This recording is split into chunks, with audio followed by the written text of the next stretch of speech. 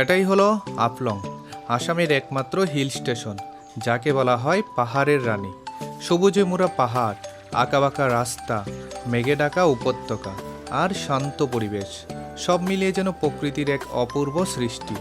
আফলং লেকের নীল জল আর চারপাশের পাহাড়ের সৌন্দর্য চোখ জুড়িয়ে নেয়। শীত হোক বা বর্ষা, বছরের প্রায় সব সময়ই আফলংয়ের রূপ বদলে যায় আর প্রতিবারই নতুন করে মুগ্ধ করে। আপনি যদি শহরের কোলাহল থেকে দূরে কয়েকটা শান্ত মুহূর্ত কাটাতে চান, তাহলে আফলং হতে পারে আপনার পরবর্তী ভ্রমণের সেরা গন্তব্য।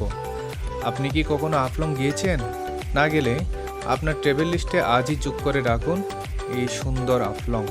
আর অবশ্যই চ্যানেলটাকে সাবস্ক্রাইব করে পাশে থাকবেন। Tata, bye bye. আবার দেখা হচ্ছে নতুন আরেকটি ব্লগে।